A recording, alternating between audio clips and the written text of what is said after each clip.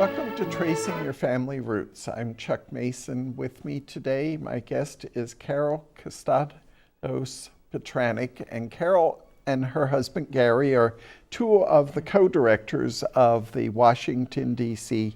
Family History Center, which is not in Washington, D.C., but in Kensington, Maryland. Welcome, Carol. Thank you, Chuck. It's wonderful to be here with you today. And before we get started, I want to point out to our viewers two things about the Family History Center out there in Kensington. One is they do an annual Family History Conference the first Saturday in May, so that will be May the 4th. A really great conference, lots of topics and everything, so hopefully people will look at your website and sign up for that. And also they do a monthly newsletter that's a fantastic newsletter. I look forward to receiving it every month.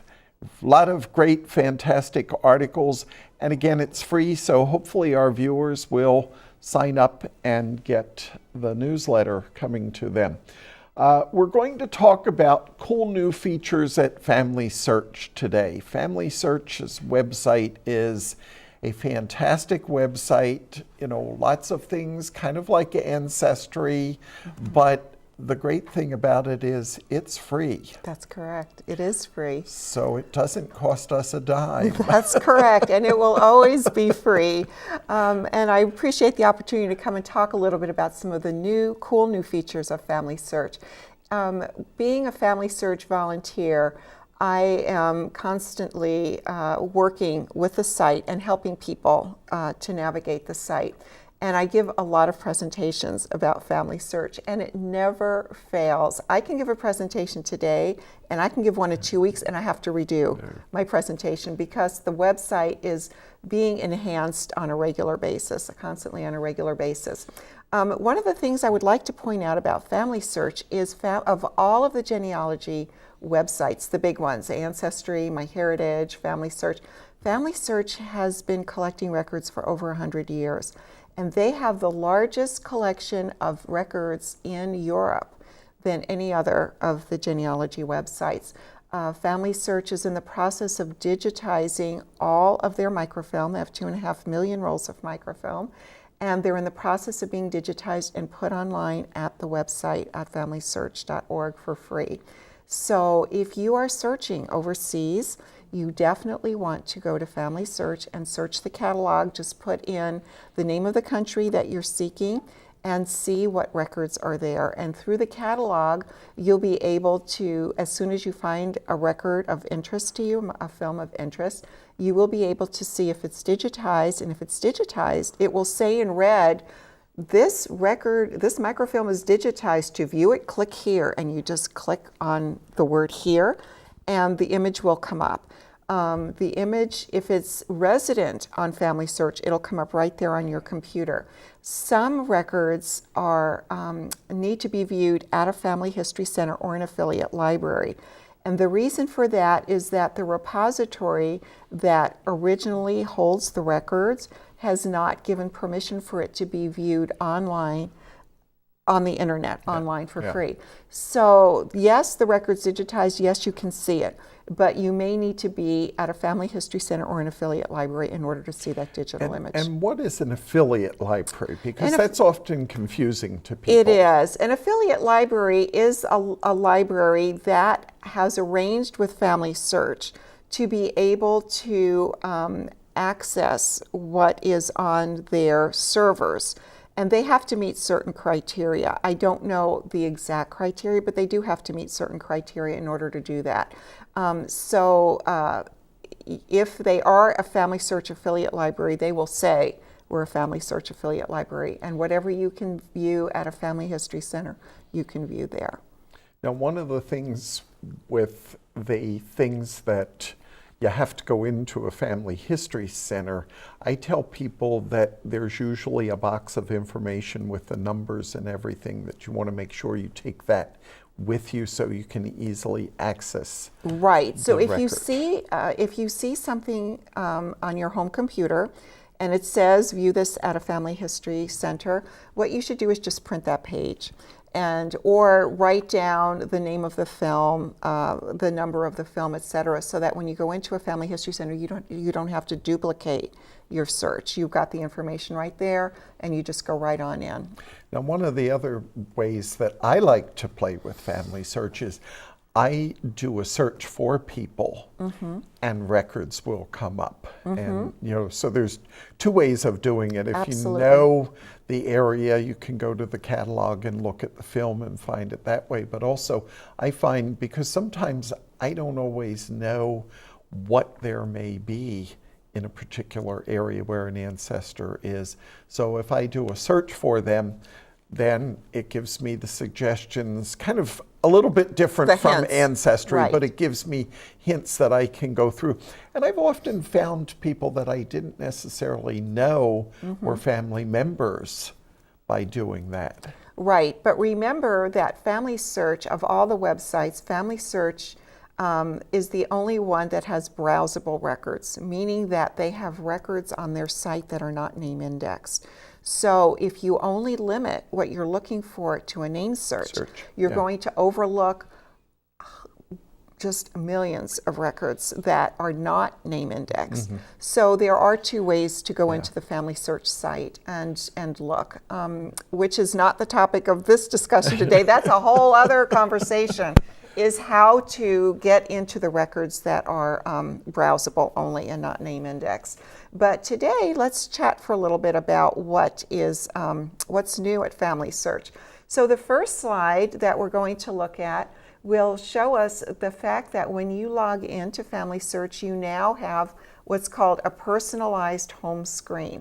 And what this will do is it shows you the what you've been doing since the last time you were there. For example, looking at this screen, you see an image there that I had uploaded. It looks to me like it's probably a marriage record from Sparta. On the right-hand side of the screen, I can see hints for people who are my ancestors, meaning that there's information about those people that I can go in and right from that home screen, click on their name, and I'll be able to go right to the hint. And if I like the hint and it's for my ancestor, right there I'm able to connect it to that source, to the family tree. So you can do this right as you log in.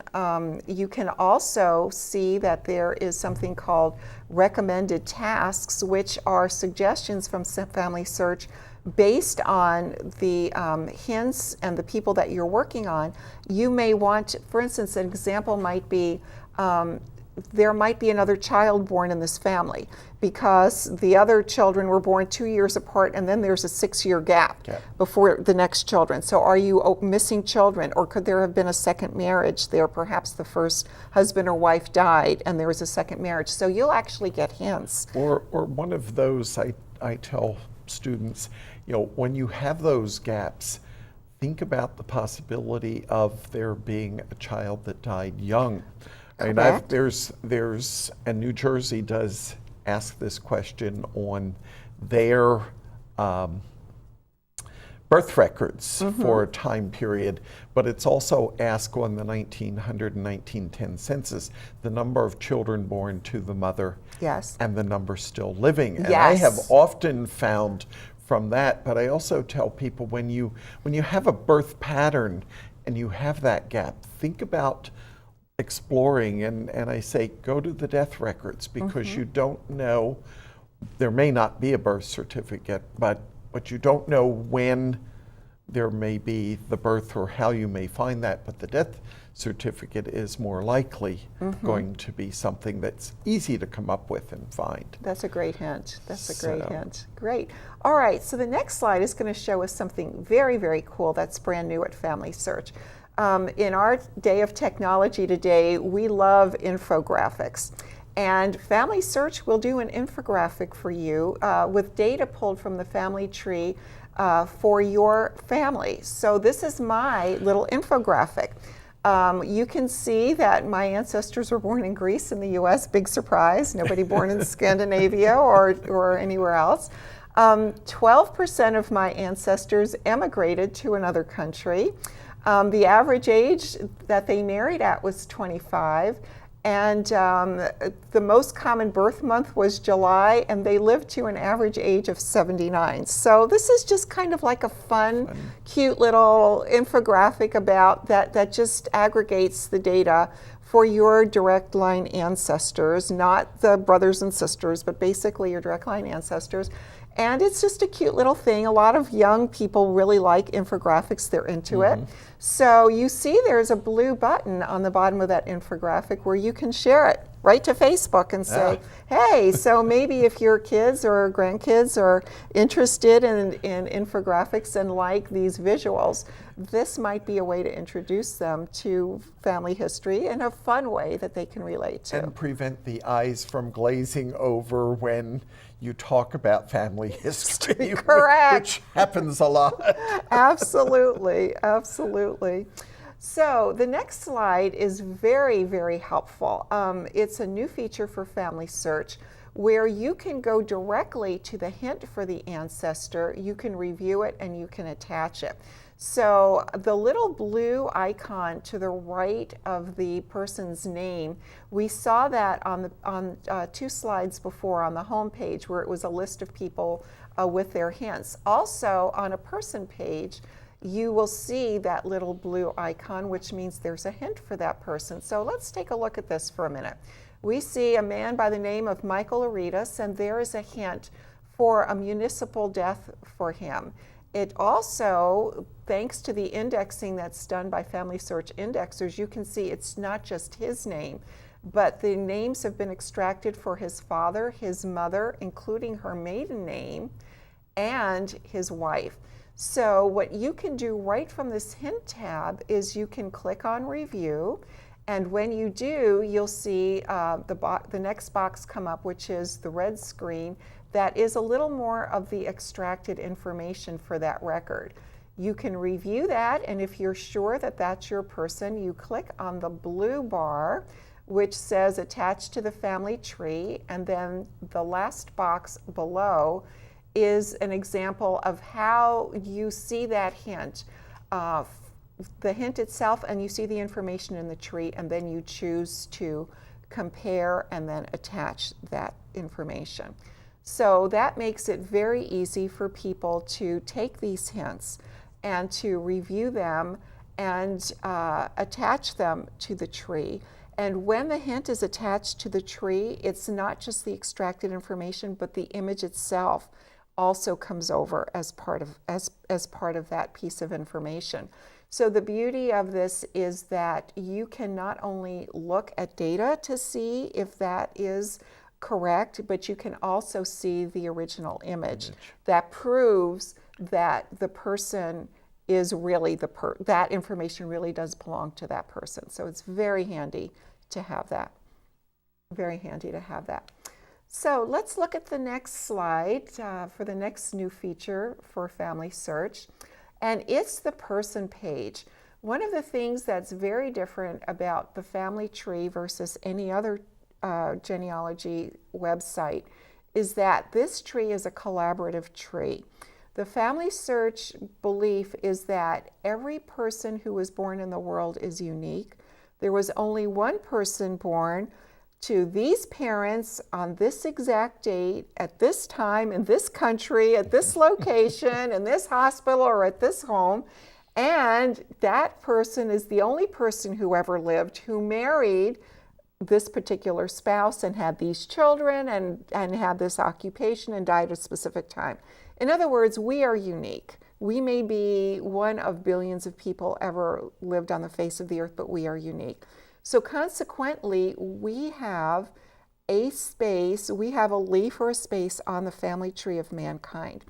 And the FamilySearch tree is a collaborative tree. So that means each person has a page, like this particular page here, with the unique data that identifies that person as being distinct from anyone else who has ever lived. So we have some very cool features on this page. At the top where you see the red box, there are details about that person, his sources, his memories, and other information. You can edit right from that page with a smaller red box where it says wife there. There's a little red box around edit there, and you just click on edit, and her information comes up, and you can correct and make any changes right there on the page. The nice thing also now with this new layout is that as you scroll down through the page, through the person's page, like you can see below, you can see the person as a parent with his wife and his own children. And then to the right, you see him as a child in the home of his parents. So you just kind of keep scrolling down. And as you do, that banner with the red bar remains static. It doesn't move. So that, let's say you're going down and you're looking at some data on the lower part of the page, that you can jump right to the memories. You can jump right to the sources from there. Because that particular bar remains stable. On the right-hand side, you'll see Research Helps. You'll see the little blue tab that we now identify with Research Hints. If there's a problem with the data, if perhaps a piece of information is entered incorrectly, you'll get a little data notice about that. The other nice thing is that you can search records directly from the person page. So you can search on FamilySearch. Additionally, you can search on Ancestry, MyHeritage, Find My Past, right there from that person page. So let's say we're looking at James Worthington Fields. So let's say you want to look for additional records for James Worthington Fields. You would just click on the Ancestry tab or the MyHeritage tab, and it will take you directly to that site with the data already populated for James Worthington Fields. So you don't have to go out of FamilySearch and then go into another website and then type the name and type the data, that it will just go right from the person's page. It'll collect that information and take you right to the additional website. Okay, now you're creating this for you and your family. Can someone else go in, say it's like a mutual grandparent, can someone else go in and change your information? They can. Okay. They can, because it's a collaborative tree. And what happens if they change it to incorrect information? Well, here's what's nice now about the new way that that person page is set up, is that when you click on edit, and I unfortunately, oh, do I have that? Yes, please show the next slide. Sorry. Okay. Okay, so let's say I wanted to edit this date of birth right here that we see on the screen. Look what happens. All of the sources that support that date of birth come up. So if you are thinking, well, he wasn't born in October, he was born in November, all of a sudden, before you could just go and make the change, and you made the change. But now, look what happens. All of these sources that support that date in October come up. So it's a little red flag that says, wait a minute, are you sure you want to make this change? Because look at all these documents that support that date. Also, there's a reason statement. Every time you make a change in the family tree, a box comes up that says reason, and you can see that box right there. Underneath the date and the place is reason this information is correct. And it's important to say, I have changed this date because I have now found a birth record, not a census record or a find a grave record, but this comes from the person's birth record, so it's a primary source. I ask that mainly because I have a distant cousin who has one of my second great-grandfathers as a Civil War veteran. And she's got it all over. It's on Ancestry, it's on FamilySearch, I don't know where else it's on Find a Grave. And I have proven to her that she's wrong. It's his son. I sent her the pension file where the son gives the affidavit. You know, and she keeps adding it to new sites. Even though she acknowledged when I sent the pension file that she saw the family story was incorrect, but she's still putting the wrong information out Is she there. putting it, is she continuing to change the family search page, or is she putting it in other trees, the wrong information? In trees. In other trees? Yeah, in okay. other trees that Because she's created. And that's unfortunate. Yeah. One of the things that you can do at FamilySearch is if there is an issue like that, you just contact the help desk and you tell them that there's been a dispute about a certain fact for this particular person, and they will go in, they will arbitrate that. Yeah. They will contact the person and say, you know, the proof that's being submitted surpasses and is more primary than what you're saying, so we're going to have to keep it at this. Because she's just going by a family story that was passed down in her line of the family. And when I first questioned it, because it just didn't seem to add up to me, and I asked her, well, have you ever looked to see if he got a pension or his compiled service record? And she hadn't, so I got both, sent her a copy, and like I say, in the pension file, there's right there the statements of the son that he had tried to sign up, his parents wouldn't give permission, so he used an alias. He went to Washington, D.C. He was assigned to a unit from New Jersey instead of Pennsylvania. So, you know, all the information is there proving that it's the son, not the father. I see. Well, that's unfortunate. All right, well, let's talk about some other cool features. So the next slide has something very cool. It's called a timeline. And this is on every person page. You access this from the person's individual page that we were just looking at. And if you look at this timeline, it shows you events in that person's life, and it also shows you, if you choose to have the map, a Google map, come up, and you can toggle that on and off, it will show you exactly where each of these events took place. Now, when you go to the map and you see the red pin dot there, you can just hover over it, and it tells you what event took place there. So for instance, here for George F. McKisson, we're looking at his marriage, and you see the long red arrow that goes over to the place where that marriage took place. So if we hover over any of those other red points on the timeline for George McKisson, it will also give us what happened at that particular place in his life. And the cool thing about a timeline is you can see the comings and goings of the person, because a lot of our ancestors did not sit still. A lot of them moved and they changed locations, or their children were born in different places, and maybe the wife went to her mother's instead of staying on the farm, or she went to a nearby city to give birth instead of doing it on the farm. So all of that is documented on the timeline. Yeah, timelines can be so helpful in research and really putting things in a chronological order. Yes. And, you know, and sometimes it helps to point out holes in the research. Exactly. Like you see the timeline on the left here with all of the different events, and the one that has the single arrow has the blue icon on it, which we now know is a hint. And we also see the blue bar on that, which means that there's something that we can look at. Yeah.